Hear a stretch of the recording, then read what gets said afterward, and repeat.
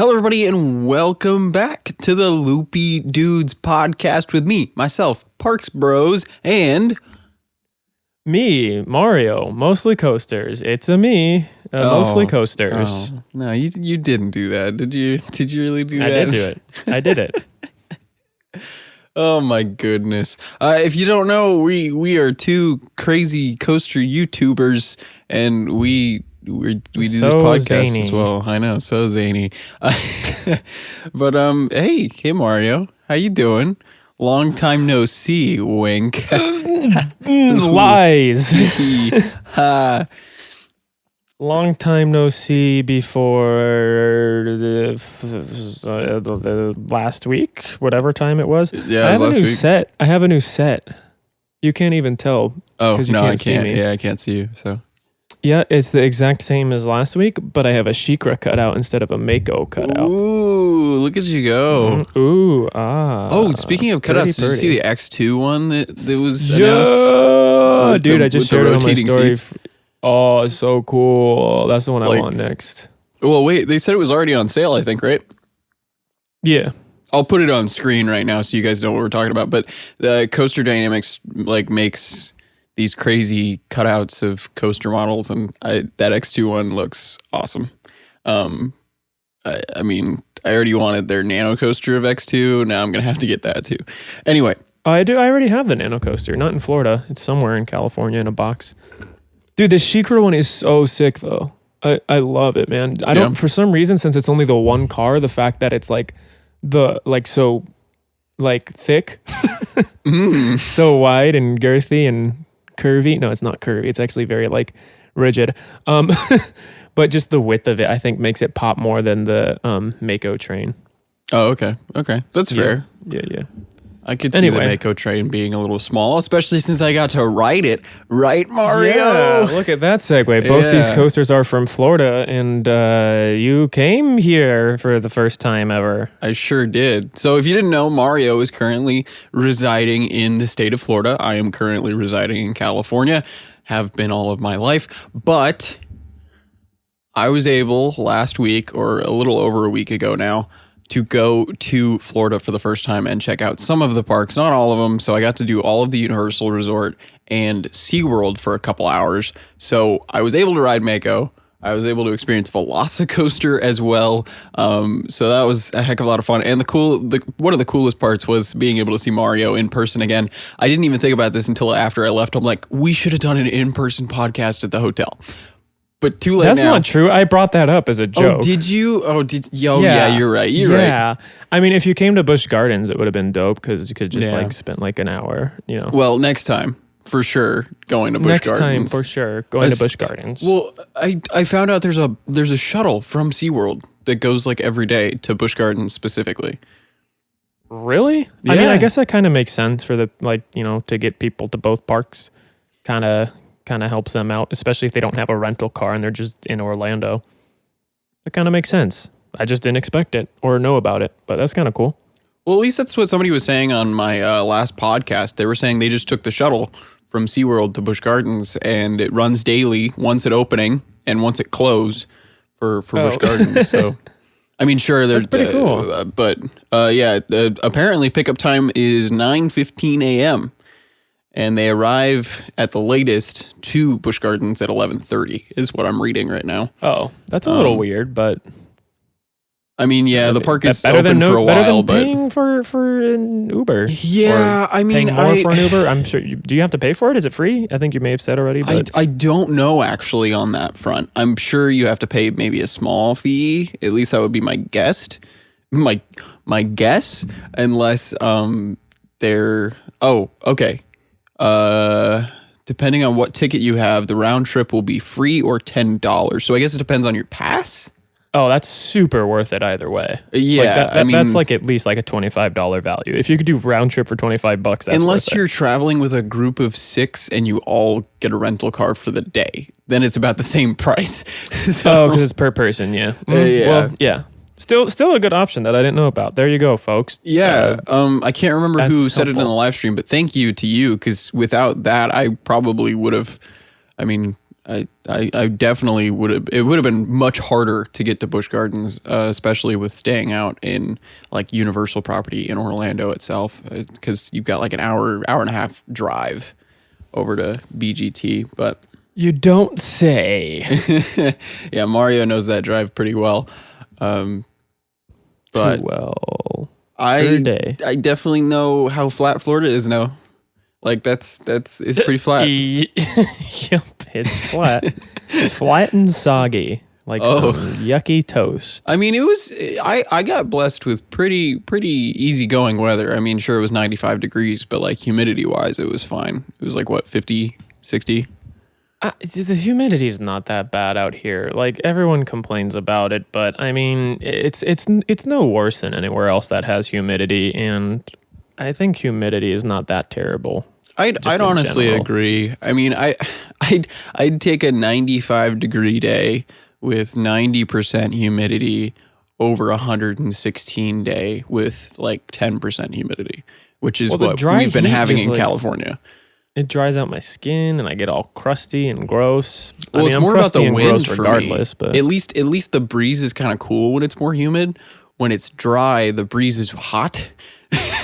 So it's like it does make your skin feel kind of like sticky and gross or whatever. But like whatever, man. But then when you it's can hot, just you're sticky shower. and gross from your own body anyway. You know. That Humans is one are thing. all just sticky and gross. That is one thing I will say about the Florida parks. It was stinky.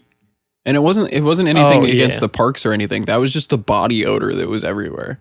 Like everybody's sweating, everybody's really hot, everybody's smelly. So then that body odor just kind of conjoins into this weird smell that you just get everywhere at the parks. I mean, you eventually get used to it, but there are certain areas you'll walk to where there's a little bit tighter spaces and it's like, oh, that's potent. I mean, that kind of ties into the other thing that we're going to be talking about today, and that's the summer crowds picking up, and that's more prevalent than anywhere in the Florida region, I feel like. Oh yeah, and like you said, the stinky factor is cranked up to a new level with the heat and how many bodies are coming in. We'll definitely get into that a little later. Some tips and tricks we might have for this summer in terms of visiting theme parks, but yeah, Florida park's kind of stinky, but that's just because of the guests. I mean, the parks themselves, they smell great. Especially, at least with Universal, they've got a lot of smellicizers. I forget what they're called, but like little smell, like spritzers. It was kind of fun smelling new smells. That's weird. What are you on about? I don't know. What? Hey, but Loopy Doods, am I right? Yeah. But yeah, Universal, good. SeaWorld, I wish I got more time at, honestly. It's a vibe. It's a vibe for sure at that park. Well, I mean, I gotta ask, like, since you got to spend a full day, well, almost a full day with me, seeing my first reaction, what did I have the reactions you'd expect me to have, or did I have some different opinions than you would have expected? Well, so I missed your Adventure. initial reactions on like VelociCoaster, Mm-hmm. and then most of the other reactions were like, "This is awesome and all, but we've been here for 5 hours, so let's go look at other parts of the park." So, what did I even catch your initial reactions to on like Spiderman? I think Spiderman, Hulk, Spiderman, Hagrid's. And Hulk, right. Yeah. I think your reaction to all three of those was like pretty much exactly what I would have. Even. Oh yeah. Everything was what I expected, and pretty much the exact same opinions I have. Mm-hmm. Yeah. So not too much to say on it there. I think the one thing that I was happiest about was how much you liked Spider-Man, because I think that is one of the most well done attractions like in the world for sure. Yeah. Easily.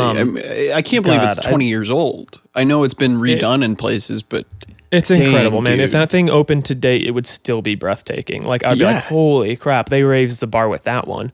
And like the fact that it came out 20 years ago just makes it that much more special. And props to it holding up that well, honestly. Well, it just goes to show like how much like real time, thought, and effort went into that one single attraction. It's ridiculous. I honestly one of the best dark rides I've ever been on, and I've only been on it once. Usually it takes me a couple times to be like, oh, maybe I like this bit a little bit more. I'm liking this bit a little bit more, but straight out of the gate, first ride on it, I'm like, oh yeah, this is like a top 5 dark ride. Fantastic. It's actually interesting that you bring that up because I loved it like immediately as well. Like even rides like VelociCoaster, and you can attest to this as well. Like it took me like a few rides to warm up to it, but Spider-Man like was straight out of the gate. I was like, I realized like I'm like, damn, this is something special, and it's still just as good as that first ride to me. So yeah, I mean, it's as good as of a screen-based attraction as you could possibly make. Well, it's kind of funny, like with the first couple of screens, I was like, okay, this is kind of like Transformers, okay, and then you turn around to one of those physical like sets finally, and you're like, wait a second, what? And then you go back to a screen, and you're like, okay, and then you go back to another giant scene that's just like twice as big as that first one, and you're like, okay. And then there was even a part on the ride where I couldn't tell it was screen. I totally thought it was a real set for a second. And then I'm like, oh, wait, no, there's an animated character going across that. That's a screen. But there was legitimately a scene in there where I was looking at a screen going, that's a physical set. Oh, wait, no, it's not. Dr. Rock is kind of all over it. So like even the animation is really well done. And I know it's super cartoony, but it still looks great. Oh, but it makes it work that much better for that type of attraction. That way it doesn't feel like, oh, this is CGI. It's like, no, it's animation, but that's the medium in which these characters live. Yeah. So it plays that much better than something like Transformers or like, dare I even say, Fast and Furious. I mean, you can't even put that in the same category as Spider-Man. Well, I think one thing that really works in Spider-Man's favor is because it's so different, you go, okay, I can't compare this to real life. I am in the comic book world. Like that's just how it works out. Whereas something with like Transformers or Fast and Furious, you're like, these are supposed to be real life, and they just look that little bit off. You know, they've got kind of like that uncanny valley thing. I mean, especially more with Fast and Furious, and because of that, you're like, I don't know. It feels like you kind of get taken out of the world a little bit because it just doesn't match up. And I think there's like an obvious hierarchy between those 3 rides, right? Like Fast and Furious is obviously on the bottom, Transformers is in the middle, still pretty good, and then Spider-Man's on top by being amazing, no pun intended. And I think those are probably the 2 biggest factors: the implementation of practical effects and like the seamless transitions between screens and sets with Spider-Man. Yeah. Then Transformers has less of that, and it's also trying to be slightly more realistic. And then Fast and Furious is supposed to be like just straight up real life, and it looks the absolute worst because, like you said, the whole uncanny valley type thing. Yeah. And then Spider-Man pulls it off the best because it's supposed to be cartoony, and it's a perfect medium for what it's going for. So yeah. And what about Hulk? Oh, you only ended up doing 2 rides on it, I think, right? 3. Oh. Yeah, because we got a first one, and then we went back later, just you, Carter, and I, and we kind of had a mini marathon on it, which that was, I still can't get over that one comment that we both got. I thought that was hilarious. Oh yeah, someone said Drew looks like the dude from Conjuring 3. Yeah, someone said I look like a white Freddie Mercury, and I just have a mustache. So if you guys think that's the case, let us know in the comments. If you're watching the video version, if you're watching the audio version, go to the video and leave us a comment there. But yeah, I thought that was hilarious. But the ride itself, what the heck, man? What an awesome first half, especially. Don't get me wrong, the second half is awesome too. But that first half is just super unique and super forceful in comparison to all the other B&Ms I've been on. I absolutely adored it. I think this is like the perfect attraction to describe by saying it fists, especially that first half. And I don't think the second half being less intense is a bad thing at all. It's still really fun and enjoyable. Yeah. And it's kind of like a welcome rest. And it's not like it has some elements that are super intense and then with some less intense elements mixed in between. You have like the amazing, incredible, again, no pun intended, you have the incredible pacing of the first half that just does not let up. But then you also have a second half that is still fun, but isn't like just ripping you to shreds. So I think, I mean, it's a top-notch attraction for sure. Well, I think my only real problem with the second half, not that it's not as intense, that's whatever. Like, I'm cool with that. I think it's more of just a setting thing. Because yeah, that's fair. The first half is over water, over the walkway, and then the second half is like kind of in this weird, like deserty, like sparsely,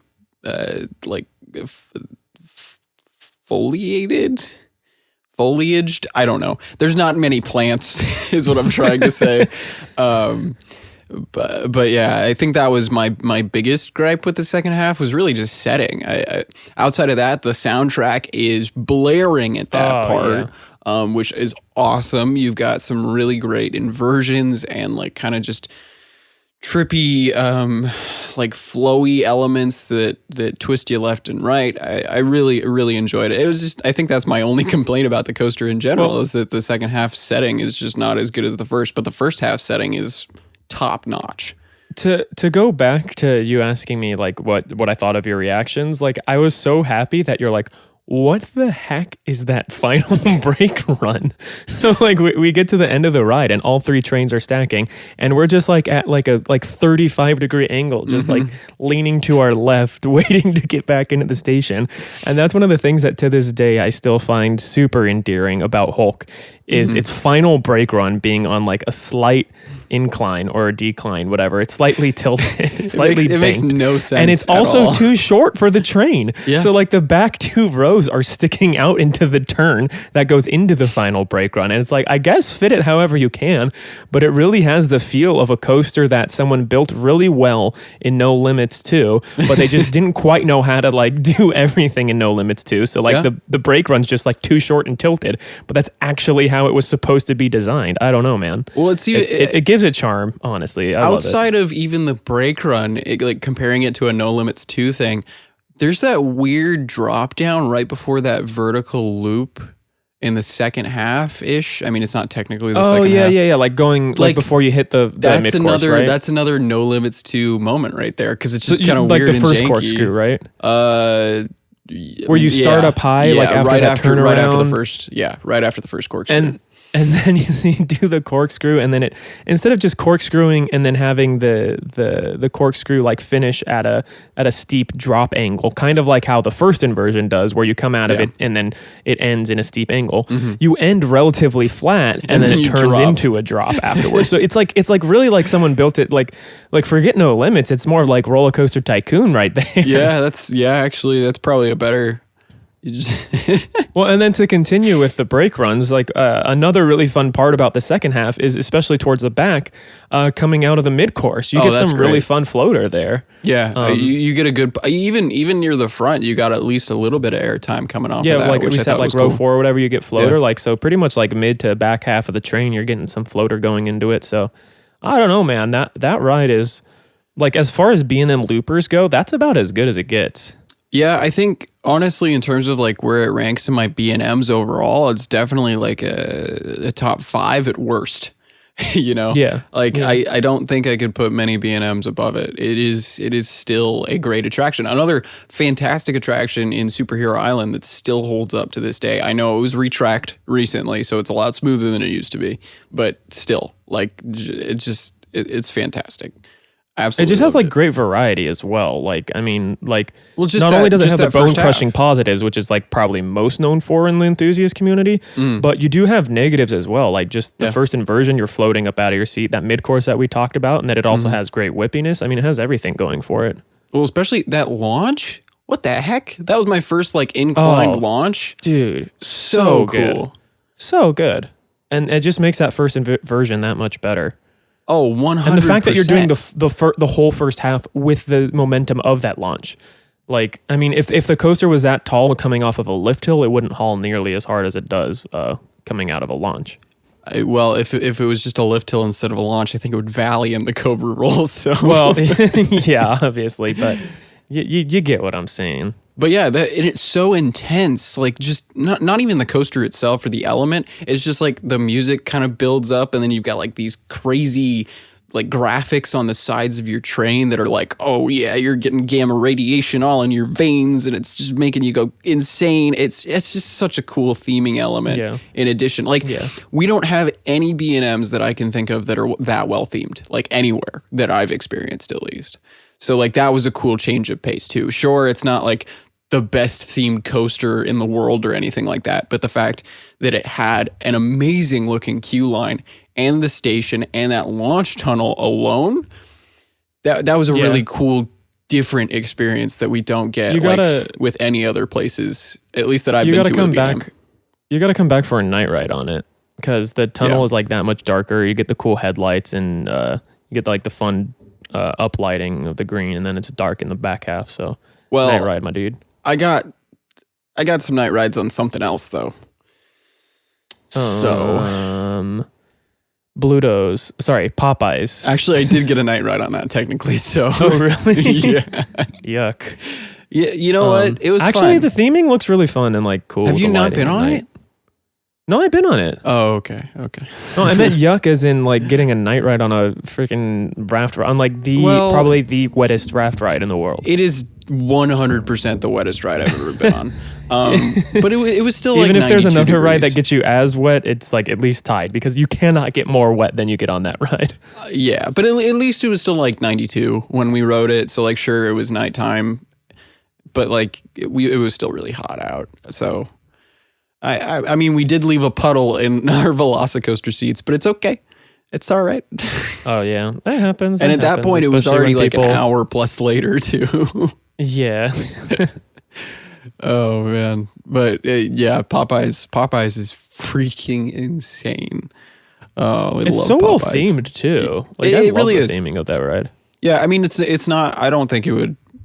At least in terms of theming, I don't think it's like as good as Grizzly River Run, but a lot of that setting makes up for it. A lot of the wetness makes up for that. Like, because in terms of like wetness, there's no competition on that front. Well, so it has surprisingly good like pacing, and even though it doesn't have like any drops, I find it to be the most like thrilling raft ride I've been on. It just the way that the water flows. There's is this insane. one moment. It goes so fast.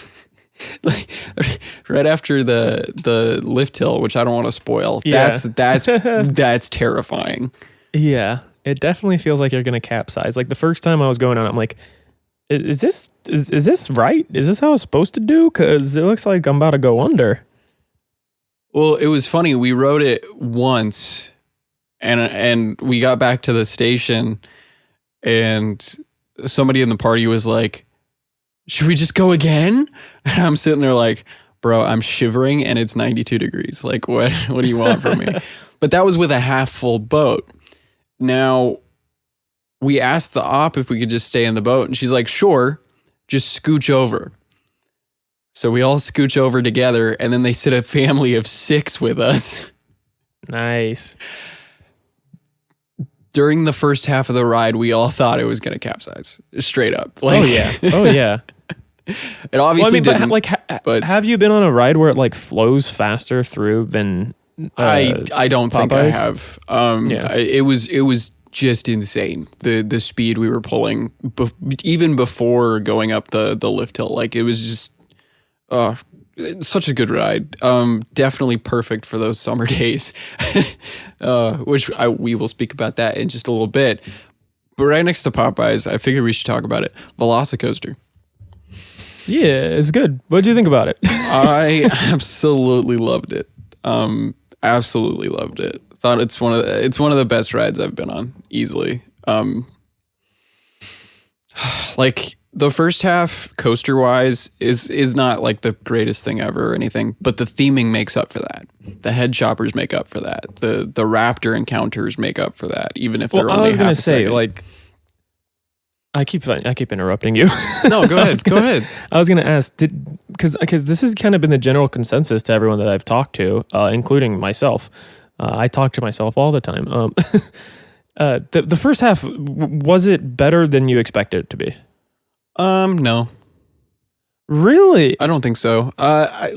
Interesting. You're the only person that I've talked to that didn't think it was better than you thought it was going to be. Does that even make sense? Yeah, no, it makes sense. I don't know. I really enjoyed the first half, but it was pretty much everything I expected, maybe even a little bit less. Because there were a bunch of people saying like you get insane ejector airtime on every moment in the first. That's not true. Okay. Yeah. So I think using other people as my medium of like trying to get a feel for the ride before riding it was definitely not the best choice. That makes more sense. Especially because I wrote it before like pretty much anyone else, so like to me I didn't have anyone else's words to go off of to like over or under hype anything, so it was more of just my own personal preconceived notion of what I thought it was going to be like, and I was just surprised that there was airtime on every single element in there. Yeah, I mean, well, it definitely depends where you sit for those inversions. But outside of the inversions, you definitely get it on almost every hill. But most of the time, it's just kind of like, oh, I'm floating out of my seat for half a second. You know, it's not like insane ejector, like I'm going to fall out of my seat. Like, it's just not how it is, at least in the first half. Second half, though, that was better than I was expecting, I will say. Interesting. I'm probably the opposite to most people on that front. The top hat going down, fantastic. Everything else after that is also like just super whippy and more like, I don't know, it just feels hardcore in comparison to the first half in terms of elements.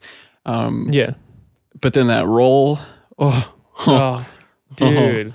Oh my every goodness. time. I've been on it like 20-ish times now, and every time that thing's like, I can't believe how intense it is. It's so freaking good.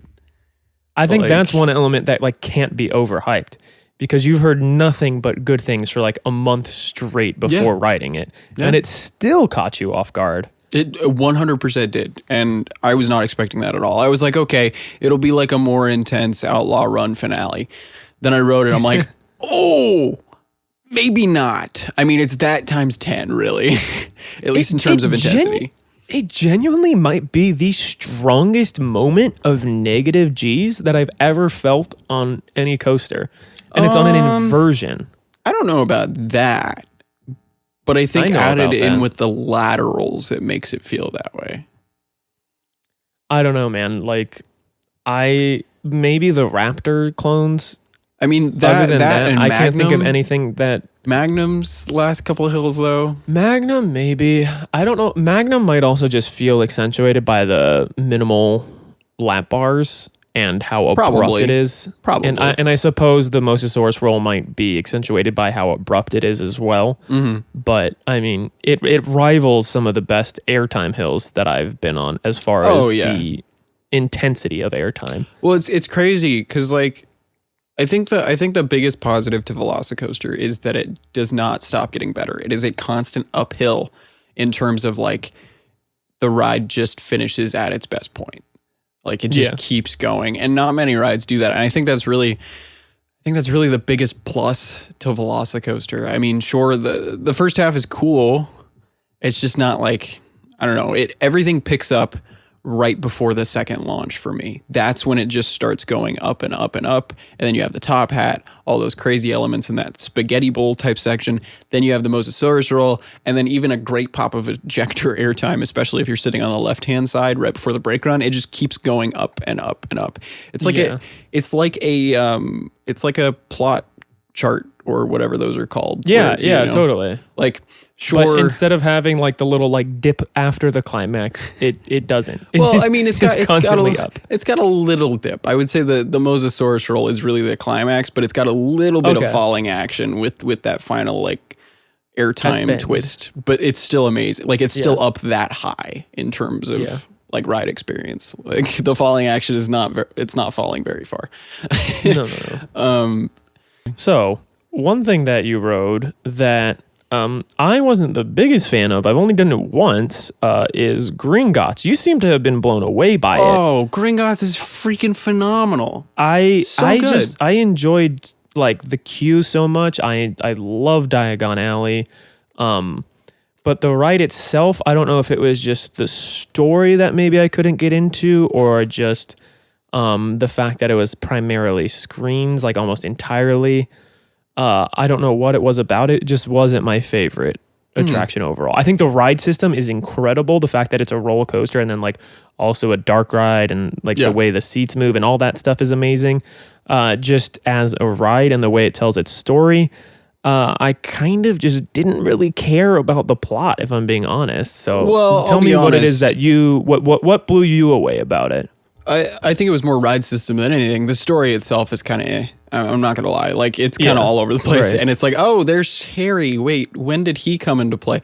Anyway. And why? Exactly. But like, just in terms of set pieces, when there's not screens, brilliant. Everything that happens during the screens in terms of like technology for the ride system, insane. Like, so during all of my first experiences on the rides, we had my buddy Zach sit next to me with his Apple Watch recording audio. Sadly, all of that audio got lost when he tried to update and send it to me. So we don't have any of that. But you should have heard my reaction to that first room in the ride, which I don't want to spoil, but I lost my mind. Interesting. I never thought I would ever experience an element like that in my life. And there I was, and I lost it. I mean, I agree with you there. I mean, I think that thing is super cool, and just the way the whole ride system works is great. But I mean, the thing that's amazing about Universal, and like even with something like as quote unquote limited on theming as VelociCoaster is just the way that like stories are being told, and like the way you're immersed in these universes, and for me to just like kind of not care and be sort of lost when it comes to plot, like it's a little disappointing in that regard. That's understandable. And if it's just, I know it seems like such a small thing to be like, okay, this one thing wasn't the best in the world, but I feel like that is such a major part of the attraction, especially since it's not such like a high thrill coaster like VelociCoaster or, you know, Hulk even. I think the theming aspect and the storytelling has to be great. I mean, that's part of why Fast and the Furious is such a bad attraction, in my opinion. It's only storytelling, and it just completely misses that mark. So I think, and God, I don't want to compare Gringotts to Fast and Furious, but it is just missing as far as storytelling goes. And the 3D isn't really the best in the world. It's not like we're talking about Amazing Spider-Man, where it's a medium that really plays well. It feels like CGI, and it's not like Forbidden Journey where it's like 50-50 on set and screens. And it doesn't have as much. It doesn't have the movements aren't as dynamic as Forbidden Journey to make you feel as enveloped in the screen sections either, despite the fact that the ride vehicles are very advanced and really cool. Yeah, I don't know. It's just not. It's not a home run for me. I completely understand it. Well, here's the thing. I only got one ride on it. So I'm sure my opinion would change at least a little bit with another ride, especially since apparently some of the effects weren't working for me. At least that's what I was told by oh, nice. Maybe Carter. They weren't for me so, too. Like, I had no idea though, and I still really, really loved the attraction. But like, even with those added effects, I might even like it more. But it's just, I don't know. I need more rides on everything except for VelociCoaster. Right. Like, that is the one ride I got on, I think 10 times, 11 times. So like I know that ride backwards and forwards now. I want to get one more ride on Hagrid's. I've only gotten one ride on that. I want to get one more ride on Gringotts. I've only got one ride on that. Hulk, I got 3, thankfully. So I'm definitely more okay with my rides on there. But yeah, I don't know. I was probably just so blown away by the ride system itself that I really wasn't necessarily paying attention to the actual story, because I was literally looking around the car trying to see how it all worked instead of paying attention to the screens. Well, that was the thing for me too. Like, when the ride ended, I turned to John and I was like, wow, that is one of the coolest ride systems ever. And she's like, that ride was just like, okay. And I was like, yeah, unfortunately, like, overall. I mean, I would love to see a like second iteration of it.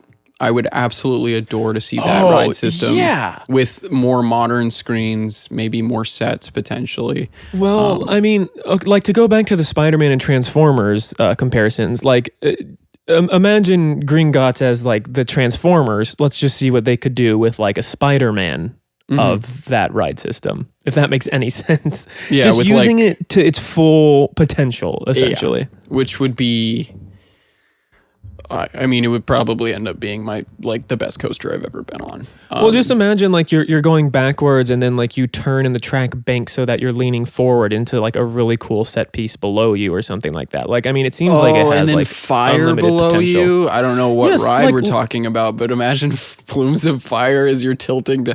Oh man. Yeah, like you could be tilting towards something like really sketchy below, and then the seats tilt with you, and you like it blindsides you because you're facing the other way at first, and then you like boom, you're right in it. It would be awesome. Isn't that just a top spin on a coaster track at that point? Yes, and that's awesome. Oh my gosh. Okay. Well, let's get into the summer stuff soon, but I'm interested on a couple other things. Okay. The two other coasters that aren't the kiddie coaster at Studios, Rip Ride and Mummy. Real quick, what are your thoughts on those? Wish I got more than one ride. I only got one on each. I can't believe that. I was there for 5 days and I only got one ride on each of those. But Mummy is fantastic. Incredible, huh?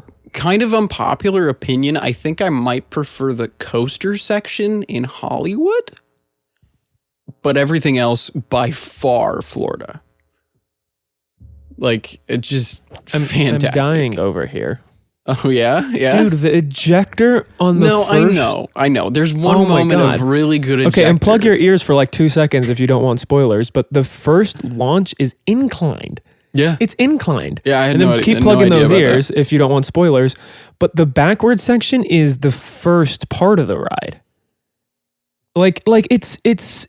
Dude, it's like miles different from the Hollywood version, and I just think the ride elements hit harder on the Florida version. Well, I think the ride itself is way better in Florida, like no question. Okay, that's good at least. Like, but just in terms of like overall coaster section, I wish the backwards section. I think that's my biggest thing. I wish the backwards section was much longer because the backwards section is literally like one drop, and then you stop and slowly turn around with the projection, and it's like okay. This doesn't really... I can understand that, but what I will say is both backward sections just exist to be a gimmicky backward section. I don't think... Even though the one in Hollywood is longer, it still doesn't provide that interesting of forces. It's just kind of, really. I'm just meandering backwards. But so it does last 3 times as long. Yeah, but it being shorter in Florida doesn't really bother me because it's like, okay, the point of it is just, oh, crazy, we're going backwards. But like if it's just going on longer, it's kind of like, okay, we've been going backwards. Do something with it. Everything else, though. The room with like all the bugs and stuff, I just noticed this for the first time the other day. Like even though I've been on the coaster like 6-7 times now, there's like beetles. First of all, I always look at this part. There's beetles like on the pillars. So like the pillars rotate to give it effect that beetles are crawling across the wall. So it has what am I trying to say? At first, the pillar is like blank, like just a normal pillar column holding up the building. And then when the roaches start or the beetles start coming out, it twists and then you see the beetles like running across the pillar. But in the middle of that wall, there's also physical beetles being shot out of a hole in the wall, which I didn't notice at first. I thought it was just projection, but there's actual physical pieces coming out of the wall. Oh, I thought it was projection too. Like I had no clue on that. I could be wrong. I could be very wrong, but it looked like there were physically things like coming out, which could work, right? They shoot out, they land in a little thing below and then get reset in the top. Well, I am curious though, with the beetle scene specifically, in Florida, is there that weird effect where you get touched in the feet? There is not, and I'd say that's probably, I guess, one other thing that Hollywood I wasn't does sure do better. Because I wasn't sure if it wasn't working for me or something in Florida. I never even asked about it. I didn't even think about it. But like Hollywood, you have this weird feet effect where it like brushes your feet like the beetles are crawling all over your feet, which is a really cool effect, especially if you're not expecting it. Sorry for all the spoilers. We were so good about not spoiling Gringotts, and now here we are, and we're like, oh yeah, there's a fire and this thing, and there's beetles, and well, at least to be fair, both mummies have been around significantly longer than Escape from Gringotts, so. Yeah, very much so. And I think, honestly, in terms of like Mummy to Gringotts, more people would rather have Mummy spoiled than Gringotts too. Because Gringotts also is Mummy, like just... Mummy's significantly better than Gringotts. Okay, that's where I differ from you, pal. Mummy is so much better. You know what's better than both of them? What? Hollywood Rip Ride Rocket. Oh, yeah. No, I don't think it's better than both. Either of them. Rip probably. Ride Rocket is better at being an outdoor coaster. I'd hope so. That's kind of indisputable. Okay, real quick on the Rip Ride Rocket. What are your thoughts? I loved it. I legitimately thought it's like so underrated in my opinion. Like absolutely adored it. Got a row 5 ride. Even in row 5, I was getting some really nice airtime into each mid-course. Like super smooth too. I've still yet to get a front car ride, which is where you're going to start getting the ejector going into the brake runs, and you still get ejected towards the back. What'd you think about that non-inverting loop? I thought it was crazy. Right? It gives you such good like sustained airtime. Well, that and the laterals on it too. Yeah. Like it's so good. Because I've never been in a non-inverting loop before. So that was... Me neither. That was really cool to experience.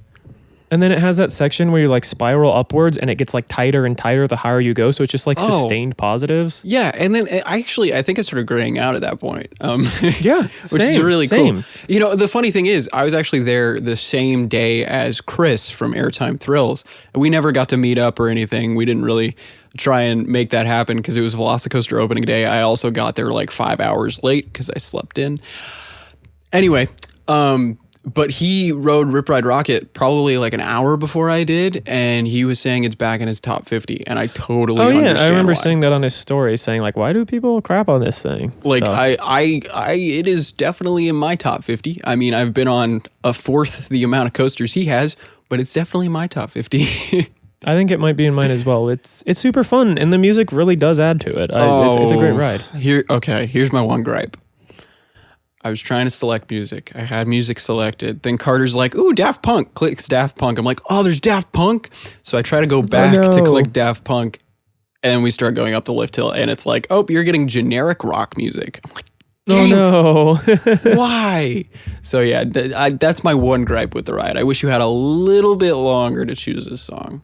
There's both strongers on there, Kanye West and Daft Punk's. And I think those are the two best songs to ride to. Yeah.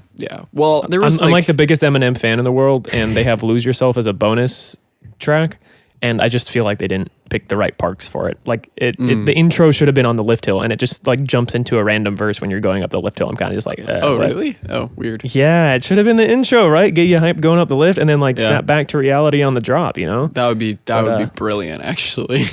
But it was a bonus track, so I guess it's just like tossed in there. But the strongers fit the vibe of the ride so well. I'm sure they fit better than the generic rock music. Yeah. Well, I think any song is still going to be better than no music on a coaster. I had an Allman Brothers song chosen, and then I was like, oh, Daft Punk, and I should have just. And you got neither. I should have just stuck with the Allman Brothers, man. Oh, man. Nice. But yeah, I absolutely love Rip Ride Rocket. I don't understand the hate. I don't understand all the people being like it's the roughest thing ever. Maybe I just got a really lucky ride on it. But I really loved it. I thought it was amazing. Anyway, SeaWorld. Oh yeah. Anyway, SeaWorld. you were there for like 1.5 minutes, I think, something like that. Yeah, so I went to SeaWorld as well. Sadly, it was the only day that it rained for me. So everything was closed for like the first 5 hours of the day. So like we were at Universal trying to get one ride on VelociCoaster, one ride on Hagrid's just to completely satisfy me in terms of those rides. But then the rain started while we were in the VelociCoaster queue. By the time we got out, it ended up being like 3 hours later than we'd hoped. So we didn't ride Hagrid's, which really bummed about, but I'll be back very soon to get all the rides on Hagrid's. But then we headed over to SeaWorld, which was our original plan, to just do those 2 rides and then go to SeaWorld and be there for like a full 6 hours, maybe even more. But I got like 3.5, almost 4 hours at the park, and it was slammed. So we waited like an hour and a half for Infinity Falls, which that ride is awesome. No. Yeah, It's man. awesome? I love it. I think it's great. Oh, it's not worth an hour and a half wait, though. I mean, probably not, but it okay, was we'll still a save lot of that for fun. like the summer section of the park, debating like whether or not it's Oh, worth it yeah, to go to yeah, parks in yeah. the summer. Because Well, even the God. quick queue was like 45 minutes. oh man, that's where it's like that's where Universal is a godsend, because like it doesn't matter how busy that park gets, lines won't move at least. Yeah. But thankfully, by the time we got off, most of the coasters had a shorter wait, which was good. So Mako, we got almost right on, which was great. Nice. Kraken was a walk-on. Manta was like a 5-minute wait, I think, by the time we got to it at the end of the night. Wow, that's lucky, because that thing is always slammed. yeah. And, like sending like one train every 10 minutes. Journey to Atlantis had an hour wait with 15 minutes left in the park. Yeah. So I So don't what do know. you think of the B&Ms? What? Oh, the B&Ms. Well, let's talk about the B&Ms, shall we? Mako. First off, that was my first B&M hyper ever. So that was crazy to finally get on one of those. I do think probably a little overhyped potentially. I thought the same thing after one ride. It's kind of one of those that grows on you. It's kind of That's like fair. Millie in that respect, where you're like, okay, that was cool, I guess. But then you ride it more and you're like, yeah, this is it. You know? Well, we also got sat in the middle. Like we couldn't choose, sadly. I don't even think that's probably the biggest factor, because I still have a blast in the middle on that Well, ride. it was still really, really good. But like a lot of people are saying it's the best coaster in Florida still. And I'm like, I maybe top 3. If you like fun as much as you like intensity, I could see that. Yeah. Well, like You just gotta ride it more, man. You just gotta ride it do. a couple more times. I really, really do. Don't get me wrong. I absolutely loved Mako. One of my favorite coasters of all time. Just, I do think a little overhyped, at least in terms of my first ride. I could see that. The first half, I adored, like that first turn into the first airtime hill and all that. Ridiculously smooth, so much airtime, and so different. Like just because it was floater, like just floating out of your seat for that long is something you don't have in California. Yeah, like the closest you've got to it is like a Millie, essentially, right? Yeah, or Goliath's one airtime hill, or Ghost Rider's first airtime hill. Those are really the closest you can get to that feeling But on Mako. it's different to have it back to back. Oh, just, yeah, like the whole for ride sure. of it. For sure. I mean, like, you kind of get that with Steel Eel a little bit, but I'd argue that goes more into ejector at points. But that ride's That's not true. exactly the smoothest either, where Mako legitimately, I think, is probably top 2, top 3 in terms of smoothest coasters I've ever been on. Ridiculously smooth. So that was a cool plus. Honestly, probably the most re-rideable coaster that I've been on, at least in Florida, Oh, yeah. if not that I've ever been on. Like, I could have ridden it 30 times in an hour and been fine. The setting is phenomenal too. Oh, fantastic setting. Especially, we had Kraken dueling with us as we're going across, and I've got my 360 GoPro on my arm. So, like, there's going to be some awesome shots when that vlog comes out. Like, it's probably one of my favorite 360 videos I've ever done, for sure, on there. But yeah, it's fantastic. But speaking of Kraken, that was the next B&M. Kraken, fantastic ride. Definitely not my favorite floorless, but still really solid in all ways. Sat in the back row, got whipped around quite a bit. Yeah, no, it was fantastic. Not my favorite ride in the park or anything, but still really, really fun. Really a lot intense. more intense. Is that what you were just gonna say? Yeah, I mean, it's not the most intense ride in Florida, at least from my experience, but more intense than a lot of the floorlesses I've been on, which was really cool. It's definitely more intense than you would expect for a floorless. And yeah, well, especially that I loved the one portion where you go underground and all that. That was my favorite part of the ride. I love that part. It's so good, man. Well, it's just like diving in the trenches, man. The whole first half, at least at night, because we did ride it with the sun completely down. You don't really get that crazy view of Mako really well. I mean, you get some lights off in the distance. You don't really get a reflection in the water or anything. So that was kind of a bummer in the first half, at least scenically. But then the second half, diving into those dark tunnels with the lights all around, like, such a cool moment. It really set it apart from a lot of the floorlesses I've been on. So I think during a day ride, seeing that water and Mako running around, I think that would honestly add to it a little bit. But I won't lie, I was a little disoriented with it being at nighttime with all the loops and everything. So that was a really cool experience. Now, in terms of GoPro footage, I left horizon leveling on. So going through the inversions is a fun time. Especially the vertical loops, because it just starts flipping upside down like over. Yeah, it's great. Randomly, yeah.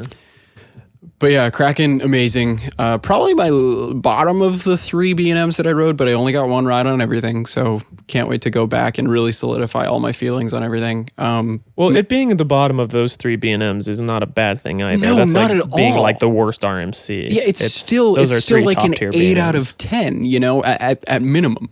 Like, yeah, spoilers for my eventual review. But yeah, it's fantastic. But then Manta. Second flying coaster ever. The only thing I've been on is Tatsu. Oh, yeah. I didn't even think about that. Wow.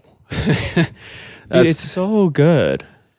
Like, Tatsu, don't you only get me got to wrong. ride it at night, though, right? Yeah, it was pitch See, that's black. another one where like the scenery is helpful during the day, especially in that second half where you're loaded. Definitely. Well, even in the dark, it was really cool to see kind of these weird shadows like fly past you at like 45 miles an hour.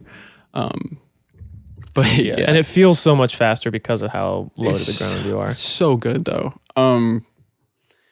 I don't know if I'd put it above Tatsu after one ride, but it definitely is possible with more rides, I think. But I've also been on Tatsu like 50 times, where I've been on Manta once. I'm just surprised that it even competes with Tatsu, because like coming from Tatsu being one of my favorite coasters ever to going on Manta and thinking it might be better, I was just like, holy crap. I'm surprised it even, holds up to a coaster that's like, that feels like it's like 150 feet off the ground for the entire ride and is like just so surreal. But I don't know, man. It just does something different with like being kind of intense and like low to the ground and just feeling fast. And well, I think the biggest factor to that is how low it is compared to Tatsu. Tatsu is about flying, right? And it does that better than any other coaster. Like you are flying 160 feet in the air or whatnot. You can't do that anywhere else. Right. Manta though has this kind of cool element of it where you're just super low to the ground for most of the ride, so it makes it feel, I don't know, more dangerous in a sense, like not more dangerous, totally. But like you just get that crazy feeling of I could touch the ground right now. I could touch the water when you're going over the water section. Oh, can you actually?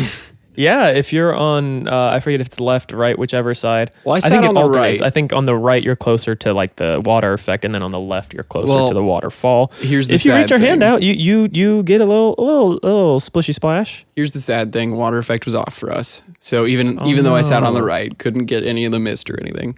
But still, at night, I think it was like row 6. We didn't want to wait the extra 4 rotations for back row. Oh God, no. Still a really, really good ride. Probably my favorite in the park after one ride each. Dang. Yeah. It's so, I don't know what it is about it, honestly. Like the pretzel loop isn't as insane, obviously. The layout itself is kind of, it's there. It's not like the most crazy layout, but I think it's just the fact that you're so close to the ground for that entire cycle. Yeah, I think that really just adds to it. It's almost like as opposed to like hang gliding, which is like kind of like what Tatsu is. It's like being in one of those like flying suits and just like shooting through the trees like those crazy people do. Yeah, I think that's kind of like the comparison. That's probably the best comparison I can think of, because I was going to say it's like you're a snake slithering through the grass, and I'm like, wait a second, that doesn't make any sense at all. That's more of like Cobra at Discovery Kingdom. Yeah, like, oh God, I love that ride. But yeah, that's fantastic. Manta, Mako, Kraken, that is a brilliant top 3. Get out to SeaWorld Orlando when you can, because just those top 3, if you can ride those a couple times each, phenomenal.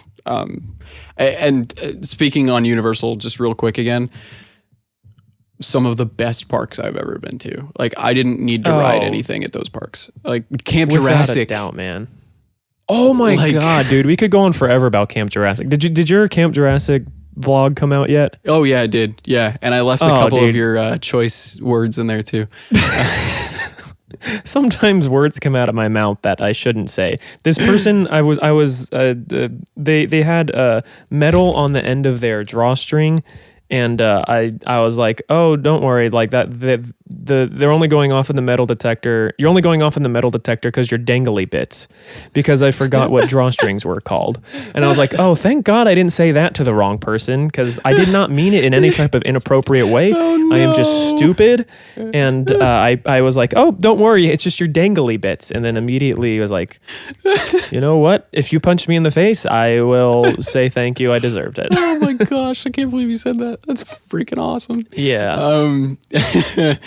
Wow. But yeah, dude, if both the Universal parks were like considered one park, it would without a doubt be the best park I've ever been to. I think just each of them on their own could use like 1 or 2 more things to really set them apart. I think with VelociCoaster, Islands of Adventure has that.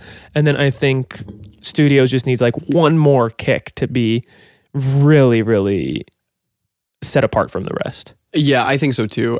Well, honestly, with Diagon Alley and Gringotts and whatnot and Studios really has an amazing area on its hands. It really does, yeah. So that's a great plus. Outside of that, Men in Black is awesome. Bourne is incredible. Do Bourne if you can. I haven't done it yet, man. Dude. Yeah. Oh my gosh. Dude, Men in Black is so fun though. Men in Black, I feel like doesn't get enough love. I guess it's because it's been around forever, but here's my opinion. If you do Bourne, if you do Diagon Alley, maybe Mummy, there's your entire ticket price for the day, and I would happily pay that. Oh, for sure. And then especially if you haven't been to Studios, they also have some like really good like, you know, B to C tier attractions in like E.T. Transformers and Simpsons and E.T.'s great. Yeah, I absolutely adore it for sure. So that was great to get on for sure. But yeah, no, Universal and staying on property is so easy. I feel like I'm doing an ad for Universal. I promise this is not sponsored. I'm not like on their media list or anything. Good. But it is just fantastic. Like it really is. I can tell you, I will definitely be staying at the Endless Summer Resort whenever I go, and just taking the bus over, and it just makes everything so easy. Like I can't believe it's so incredibly easy like that. Anyway, we've talked about Florida a lot. I went to Florida in summer. Let's talk about some summer tips we have for visiting. This was supposed to be the main topic of the podcast, but Universal's just that good. Well, it's hard to not talk about it. You know, my first experience, we got to hang out finally after so freaking long. We didn't even take a picture together either. Great. Which, we should have done that for the thumbnail. Maybe for the thumbnail, I'll like Photoshop us together. We're in vlogs. There's shots of us. You know, videos are just multiple pictures strung together. That is true. So they're technically. We technically took like thousands of pictures together if you want to get technical about it. But okay, so one thing that I was thinking, or a question that I often have sometimes is visiting theme parks in the summer even worth it? And there's a million different factors from, you know, which park it is that you're going to, what times of the day you're going, but just overall, in your opinion, do you think visiting parks in the summer is worth it? Overall. You know, it's kind of funny. I usually don't visit parks in the summer, even in Southern California. Usually summers are kind of my off season, if you will, because the parks always get really busy. It's always really hot. You know, there's a lot of negatives compared to, of course, winter, at least in Southern California, because Southern California winters, usually the parks are deserted. It's a nicer temperature. You can do whatever the heck you want in terms of rides all day. You don't have to wait 2 hours for your favorite attractions. So like that's a lot of pluses to at least winter before the pandemic. Now though, after not being able to go to these parks like nearly as often, I definitely want to go to a lot of parks this summer and brave that heat, brave the lines. Even if I just do a couple rides, like I feel like it'll be worth it for me. I can get a couple videos out. I can have just a good time on these rides that I've missed a lot, you know. And so I think that's how a lot of people are feeling. So expect a lot of people at the parks, a lot of crowds, a lot of wait times. So it is going to kind of stink a little bit if you're expecting to get on everything. And if you really want, you've always got like fast lane and express options you could purchase. But I think that's one thing that's my biggest tip for this summer. Expect not to ride everything. Yeah, more than ever, really. Yeah. I'm kind of in the same boat you are. I'd say if I had to give a blanket yes or no, I think I would say no. Unless you're visiting a park that is like only open in the summertime, you know. So for travel, I'd say you can go on vacation to a park, but like home parks, absolutely not. I don't go to home parks in the summer. If I've been there more than 10 times, why bother going on a day that's just going to be, you know, more miserable in every aspect, for lack of a better word. You know, you have the high crowds. It's super hot. There's plenty of places that can't handle either of those things in the summertime. Yeah. For the heat and sun, Cedar Point is a great example. Mm-hmm. That park would be a lot more enjoyable in the spring or fall when it comes to just comfort. Well, in terms of comfort, sun. I think pretty much every park, at least at least that I can think of, is better to visit in spring or fall, even in some definitely places. Better. Yeah. But there's plenty of places that handle it just fine. Like Universal, there's so much air conditioning in that resort that you can get air conditioning walking on the outdoor midways if you're just walking near the gift shops. Yeah. Like you can walk by a gift shop and it can feel like it's like 70 degrees outside, even if it's like 95 with like 80% humidity. Like there's plenty of parks that handle the heat just fine. I think even parks like Knott's Berry Farm and Magic Mountain, even though they don't have like the best setup to deal with really high temperatures, there's at least shade in like half of the park. Especially with like Magic Mountain having lots of natural shade in some of its less well kept areas. At least one of the benefits is shade. Yeah. So there's certain parks that can handle it better than others, but you know, those two parks that I just mentioned, like Knott's Berry Farm and Magic Mountain, they can't handle crowds, man. They just don't have the throughput to handle large crowds. Whereas, again, to keep praising Universal, both those parks, once you're in the park, it doesn't really matter. You can do most of the things that you want to. Even with Disney, because they get people through. Disney's another great example. Yeah. So, I mean, but even then, there are so many attractions at those parks that are like such mainstays, at least in popular culture. You're not going to be able to ride all of those either, probably. You know, I mean, at least another pro to visiting parks in the summer is extended hours. Yes.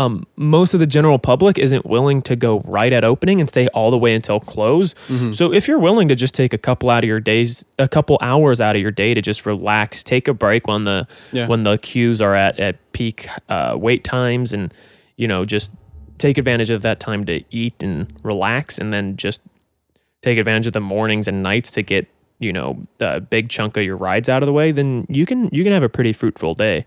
Well, I guess that goes for any park. With Florida especially, go in the morning. At noon, go back to your hotel, eat some lunch. It's cheaper. Take a nap. Then go back at night. That's your best bet. That's your best plan in terms of like trying to do everything at the park while also feeling okay. Because I know if you were to do the full park day, especially with those hot and humid days in summer, it might get really, really tiresome. You definitely drink as much water as you can, have a bunch of sunscreen. I'm still peeling from my one day at Volcano Bay. But like, I think that's your best bet with Florida. Now, in terms of California, obviously, most of you are not going to have a hotel next to the park unless you're at like Disneyland and you're staying at Grand Californian, which can get pretty pricey. So if you're there, maybe do that. But like with Knott's, with Six Flags, I would definitely look to, just sitting down at a restaurant that's shaded or going on one of the indoor attractions potentially, just taking a chill pill. Don't worry during the middle part of your day. But early morning, late at night, those are your best times in terms of like getting on as many rides as possible for sure still. And like save that best attraction in the park for last thing of the night, because it doesn't matter how long you're waiting in line. If the park is closed, there's nothing else you can do. So that's always, that's what I tend to do. Yeah. Well, it's like with Ghost Rider, especially at Knott's, we will always save that for the last thing because, of course, first of all, we prefer night rides on it. We think that's a better experience. But the big thing is we don't want to wait in 2-hour lines in the middle of our day. We'd rather leave that for the end so we can do everything else before. Yeah. Because otherwise, exactly. It takes up time in the middle of your day, and then oh no, you can't ride Silver Bullet, Montezuma, and Jaguar in that time frame. So. You brought up Volcano Bay. Volcano Bay has water. It does, and water rides also have water. What do you think about water rides in the summertime? Because I think it is so hard. Like there is like 2 slivers of rideable time for water rides, and it's like late spring and early fall where the temperatures are high enough but the crowds are low enough. But any time in the summer, you don't do water rides. That's my opinion, man, because I'm not waiting 3 hours for any attraction, let alone a water ride that is like fun, but it's nowhere near the best ride in the park. And you gotta, like, it's water rides. You're either waiting 3 hours or getting cold. Yeah. What do you think? I mean, I totally agree with it. I understand why people want to cool off. And I think that's honestly one of the best ways to do it. But if you have to wait 2 hours for it, it might as well just buy a water bottle and dump it all over your head. Like that's going to be a better idea in terms of trying to get the most out of your day in terms of time than waiting the 2 hours for the water attraction. Don't get me wrong. They're great rides. Like they're fantastic rides, but in the dead heat of summer, everybody wants to ride them because they want to find a way to cool off. And heck, even some of the water attractions in Southern California, especially, you're not going to get that wet, even on the drenchier days. Don't be the sucker that gets in line at like 6 p.m. at like the hottest point during the day, and then you wait 3 hours, and by the time you get on, the sun is down and it's like 65 degrees, and then it's only getting colder in the night. Yeah. Don't be that idiot. Please. At least get in line. Get in line like 3 p.m. or sooner. Yeah. Yeah. You could probably get away with like 11 a.m. You're probably going to want to do the other more popular rides in the park at that point. But at least at 11, everyone else is doing those other popular rides, so the wait won't be as terrible. Just don't be the idiot that does it. Like think about the timing before sunset. That's all I'll say, because you need like a good hour of sun to dry off. So don't ride just before sunset, please. Please don't be that person. Maybe you try and do that first then for water rides, so then you're kind of cool throughout at least a couple hours. It's not the worst way to go about it, that's for sure. Well, yeah, but the problem is you'd probably dry off by the hottest point in the day, but at least you wouldn't have to wait in that line. And then that's when you eat your lunch. Do your research, find a good air-conditioned place. Every park has at least one. Yeah. Spend time in there. Yeah, for sure. I think that's probably the best bet. But yeah, water, sunscreen, must-haves. Sunglasses, another good thing to have too. Hats, 100%. I know it's a lot of loose articles, but most parks accommodate for that. And if not, you just pay the $1, $2 for the locker. Which does kind of stink when you're paying for a lot of lockers throughout the day. But most of those parks that have a bunch of lockers like that, they have a plan where if you pay like $8 to $10 for the whole day, you get lockers everywhere. So that's another option. Like there are plenty of ways to deal with the loose articles that you bring, especially for the summer heat, but you're going to need those articles for sure. Price is another thing that makes visiting in the summer less desirable. Everything's more expensive, but I'd say ultimately for summer, visiting parks worth it. Smaller parks, home parks, parks that aren't great at handling capacity, no. So like for a majority of parks, no. For bigger parks, for vacation destinations, I'd say yes, because they can handle it. Yeah, I think that's a fair assessment. But yeah, I like if you're going to do it smart. You know? Yeah. Don't be dumb. Yeah. So I think if you guys have any more questions about that, make sure to, let us know down below, unless you're doing the audio version, in which case, hello, thank you for listening. And make sure to go to the YouTube channel and comment down below. Speaking of which... Oh, yeah. No, you butt. Oh, okay. Butt. Okay. Talk about your butt, Drew. Thanks. It's pretty flat. Speaking of which, I wanted to let you guys know, if you're watching the YouTube version, we do have a specific Loopy Doods channel, which I will have linked in the description. We will have all of these podcasts on there shortly. And so if you want some more Loopy Doods, make sure to go subscribe over there. Mario, yes, your turn. Oh, yeah. So,